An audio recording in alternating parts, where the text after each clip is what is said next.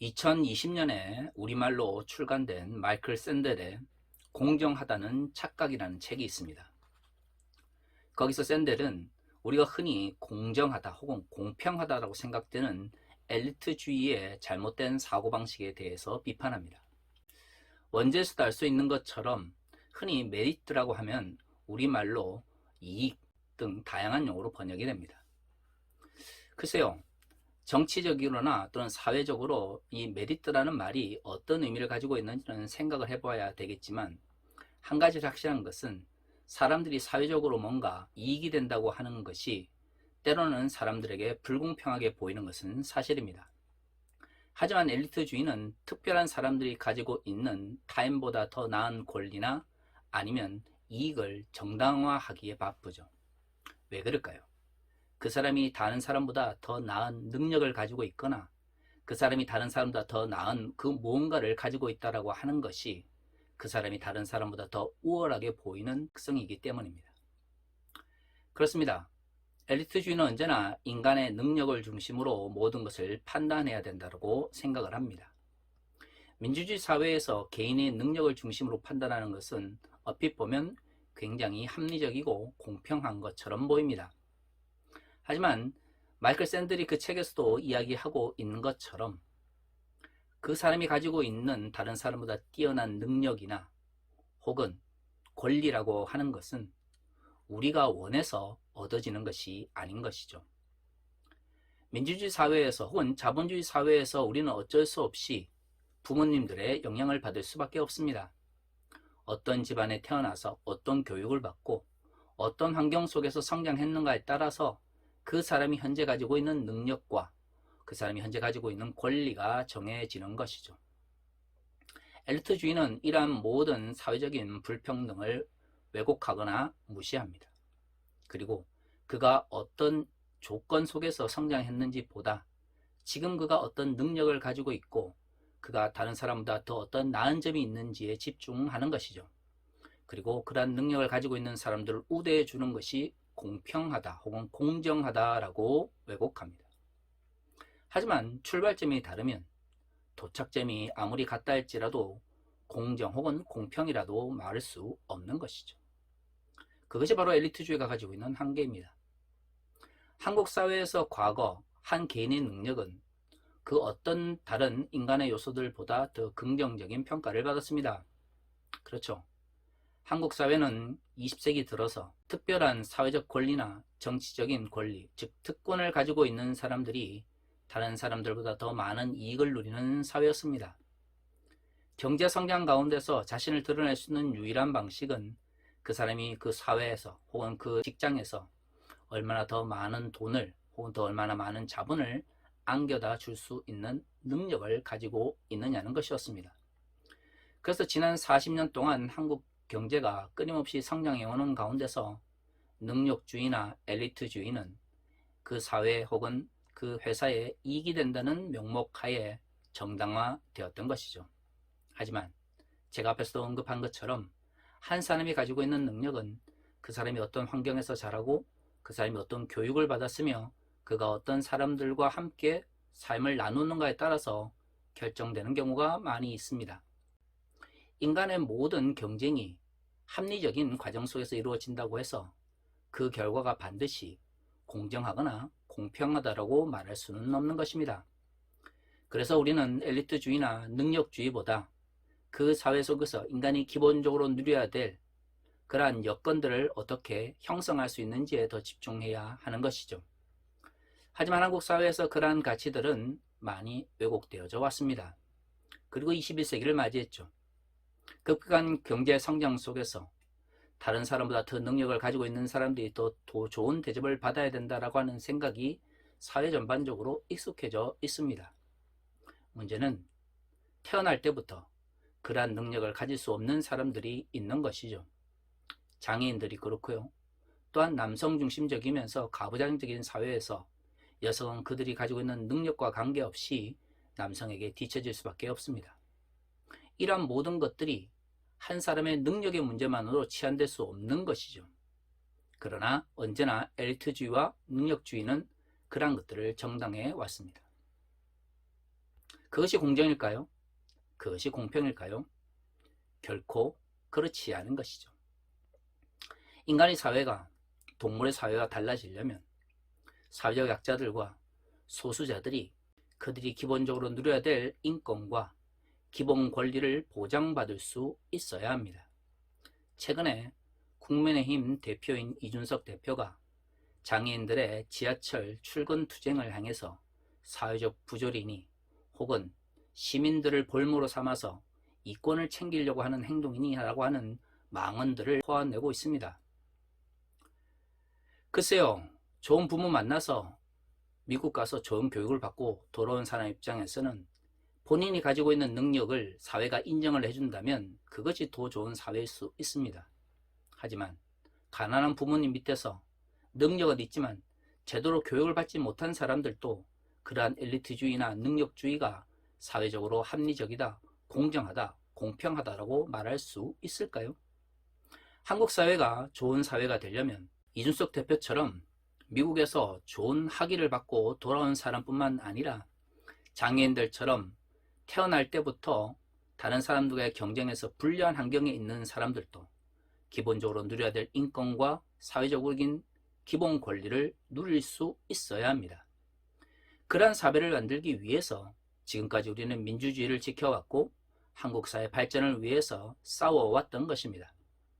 하지만 2022년 한국 사회는 사회적 약자들과 소수자들을 억압하는 것을 당연히 여기는 차별과 혐오의 정치가 난무하는 공간이 되어버렸습니다. 많은 역량을 가지고 있는 사회적 지도자들과 엘리트 계층들이 사회적인 평등이나 공정의 문제보다 자신의 이익을 위해서 나설 때 한 사회는 쉽게 민주주의를 포기하게 되고요. 역사적 퇴행을 경험할 수밖에 없는 것이죠. 저는 그러한 사회를 반대합니다. 성경은 어떨까요? 오늘 우리가 읽은 본문의 말씀은 고린도 교회의 문제에 대해서 바울이 경고하고 있는 내용입니다. 한국교회에서 오늘의 본문은 특히 고린도전서 4장 1절과 2절이 널리 알려져 있습니다. 사람이 마땅히 우리를 그리스도의 일꾼이요 하나님의 비밀을 맡은 자로 여길지어다. 과거 담임 목사님들이나 교회 지도자들이 자신들이 일반 성도들과 교인들과 구별되어지는 특별한 사람이라는 것을 주장하기 위해서 이 말씀을 사용했습니다. 바울은 고린도 교회를 향해서 그런 이야기를 하죠. 자신이 이방인의 사도로 부름을 받았는데 그들이 하나님의 말씀을 듣고 따라가기를 원한다는 것입니다. 그래서 바울은 자신이 가지고 있는 사도적 권리에 대해서 이야기하는 것입니다. 그런데 이 사도적 권리를 가지고 있는 사람들에게 지켜야 할 의무가 있습니다. 4장 2절은 이렇게 이야기합니다. 그리고 맡은 자들에게 구할 것은 충성이니라. 재밌는 것은 4장 1절은 한국교회에서 담임 목사님들이나 교회 지도자들을 위해서 사용되고 4장 2절은 이상하게 교회 성도들과 봉사해야 되는 사람들에게 이 말씀이 적용되어졌습니다. 그렇지 않습니다. 오늘의 본문의 말씀은 복음을 전하는 사람이나 또는 듣는 사람들이나 모두에게 공통적으로 적용되는 말씀입니다. 우리 모두는 그리스도의 신비를 전해받은 사람들이고 그것으로 인하여 복음을 받아들인 사람들입니다. 이제 우리에게 주어진 것은 그 복음의 비밀을 아는 사람으로서 이제 실천하며 살아가야 되는 것이죠. 그들에게는 무엇이 요구됩니까? 담임 목사든 교인이든 교회 지도자든 아니면 어린 아이든 예수 그리스도를 주라 고백하는 사람들은 충성을 다해야 한다는 것이 바울의 이야기입니다. 자, 그런데 우리가 생각해야 되는 것은 바울이 왜 고린도전서 4장에서 충성에 대한 이야기와 그리스도의 복음의 비밀에 대해서 이야기하느냐는 것이죠. 우리가 지금까지 살펴본 것처럼 고린도전서 1장에서 3장까지는 고린도 교회에 발생한 두 가지 문제에 집중합니다. 첫 번째는 하나님께서 하나님의 일을 하도록 주신 은사를 자신을 자랑하는 도구로 사용했다라는 것입니다. 두 번째는 자신이 누구로부터 교육을 받았는지를 가지고 다른 사람보다 자신이 더 우월하다는 것을 주장하는 사람들인 것이죠. 어느 쪽이든 간에 교회 공동체 안에서 은사를 통해서 혹은 복음을 통해서 하나님의 일을 하거나 하나님의 영광을 드러내기보다 자신의 이름을 드러내거나 자신의 이해관계를 추구하는 사람들에 대해서 경고하고 있는 것입니다. 정말로 하나님의 은사를 받고 또한 예수 그리스도의 복음을 받은 사람들이라면 그 가운데 예수 그리스도의 비밀이 숨겨져 있다는 것을 깨닫고 이제는 하나님의 일을 하기 위하여 충성을 다해야 된다는 것이 오늘 바울이 이야기하고 있는 것입니다. 4장 3절에는 이렇게 이야기합니다. 너희에게나 다른 사람에게나 판단받는 것이 내게는 매우 작은 일이라도 나도 나를 판단하지 아니하노니. 고린도전서 4장 3절에서 5절까지는 다른 사람을 쉽게 판단하는 문제에 대해서 이야기를 합니다. 본문을 읽어보시면 알겠지만 바울이 결국 이야기하고 싶은 것은 우리에 대한 삶의 판단은 예수 그리스도께서 종말의 때 하신다는 것입니다. 자, 그렇다면 바울이 왜 이야기를 할까요? 그렇죠. 고린도 교회 사람들이 드러나는 은사와 자신이 교육을 받은 것을 통해서 자신이 다른 사람보다 더 우월하다는 것을 나타내려고 하는 것입니다. 왜 그러한 문제들이 생길까요? 사람들이 그것을 인정해 주기 때문입니다. 판단하기 때문입니다. 너무나 쉽게, 너무나 가볍게 드러나는 것을 통해서 판단하는 것이죠. 그 사람에서 능력이 드러나면 하나님께서 뭔가 특별하게 사용하시는 분인가 보다. 그 사람이 바울로부터 혹은 아볼로에게서부터 특별한 사람들에게서부터 교육을 받았으면 저 사람은 뭔가 다른 사람들보다 뛰어난 사람인가 보다 라고 쉽게 판단하는 그런 것이 자랑하고 싶은 욕망으로 표출되는 것입니다. 바울이 말하고 싶은 것은 결국 그리스도의 신비를 맡은 자들은 그 신비를 선포하기 위하여 또 그 신비의 삶을 살기 위해서 충성을 다해야 된다는 것이죠. 그렇게 충성을 다할 때 궁극적으로 우리가 바라봐야 될 방향은 무엇입니까? 그렇죠? 언젠가는 그리스도께서 우리의 삶을 심판하시고 판단하실 것이라는 겁니다. 그것이 그리스도인의 삶의 목적이 되어야 됩니다. 내가 하나님께로부터 능력을 받았고 유명한 선생으로부터 교육을 받았으니 그것이 내가 지금 교회 공동체 내에서 자신의 낮은 자존감을 올리며 다른 사람들보다 더 하나님 곁에 가까이 있는 것처럼 드러내는 자랑의 거리가 아니라 하나님의 일을 하기 위하여 성령이 가시는 성전으로서 우리의 삶을 온전히 하나님께 드려야 한다는 것이죠. 왜일까요? 하나님께서 우리의 삶을 보시고 판단하시고 궁극적으로 심판하실 것이기 때문입니다. 바울은 로마서에서 이신칭의와 은혜로 말미암은 구원을 이야기했습니다. 하지만 로마서에서 또한 바울은 끊임없이 하나님의 말씀대로 살아야 되는 것을 이야기하는 것이죠. 생각해 봅시다. 구원받았고 우리는 은혜로 가운데 있으니 어떤 삶을 사더라도 우리의 구원이 우리의 권리가 된다면 굳이 하나님의 말씀을 지킬 필요가 없는 것이죠. 하지만 바울은 그렇게 말하고 있지 않습니다. 하나님의 은혜로 구원을 받았고 또 믿음으로 우리가 의롭다 칭함을 받았으니 이제 해야 되는 것은 하나님의 말씀을 지키는 것입니다. 고린도 교회도 다른 환경이지만 비슷한 문맥 속에 있다고 볼 수가 있는 것이죠. 하나님께서 우리에게 하나님의 일을 하도록 은사를 주셨습니다. 하나님께서 우리에게 좋은 선생을 보내주어서 복음을 전해 듣게 하셨습니다. 그렇다면 우리가 구원을 받았으니 거기에 만족해서 나를 자랑하고 나를 드러내며 다른 사람을 억압해도 되는 것일까요? 그렇지 않습니다. 우리는 하나님께 충성하는 사람들이죠. 그러니까 여기서 하나님께 충성한다라고 하는 것은 다른 사람들에게 자랑함으로써 자신을 드러내지 말라는 이야기입니다.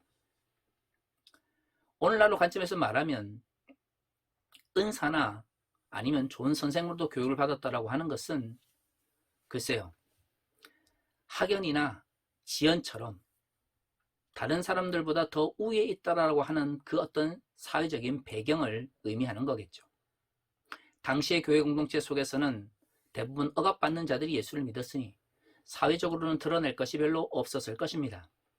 그러니까 그들은 교회 공동체 내에서 자신을 드러낼 수 있는 것, 즉 하나님으로부터 어떤 은사를 받았는가, 내가 어떤 선생으로부터 예수의 복음을 들었는가를 가지고 자랑했던 것입니다.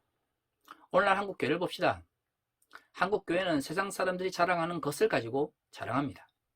학연, 지연, 때로는 혈연 같은 것들이 자신을 자랑하는 가장 중요한 요인들이 되고 있는 것이죠. 과연 한국교회가 그러한 한국사회의 잘못된 방식과 얼마만큼 떨어져 있습니까? 결코 그렇지 않다는 것을 알 수가 있는 것이죠. 단순히 자신을 자랑하는 방식뿐만 아니라 세상 사람들이 중요하게 생각하는 사회적인 가치에 있어서 한국교회는 크게 다르지 않습니다. 엘리트주의나 능력주의가 정말로 성경에서 말하는 하나님의 역사의 방식일까요?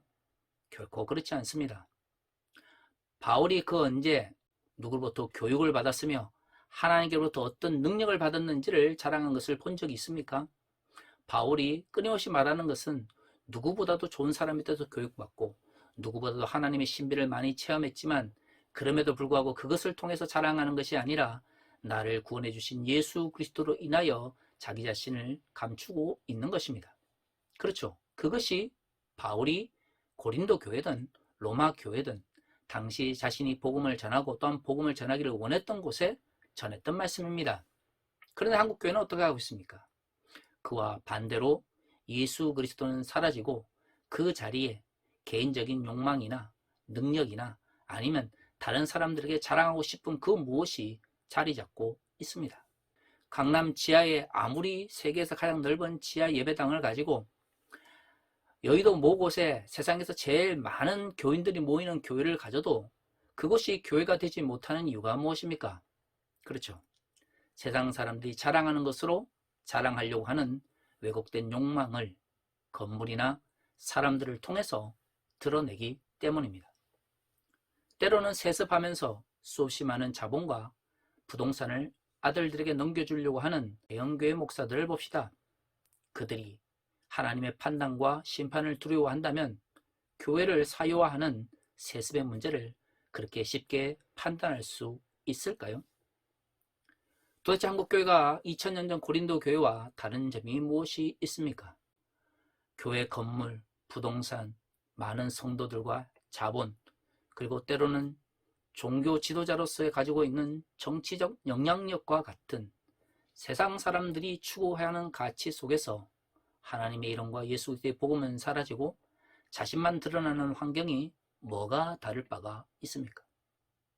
여기서 한 걸음 더 나아가 엘리트주의나 능력주의처럼 한국의 보수적인 정치 권력 집단들이 추구하는 정치 사회적 가치를 한국교회가 받아들여서 그것을 정당화하고 있지는 않은지요. 바울의 자랑이 무엇이었습니까? 바울은 단 한 번도 자신이 누구로부터 교육을 잘 받았고 얼마나 많은 은사를 받았는지를 자랑한 적이 없습니다.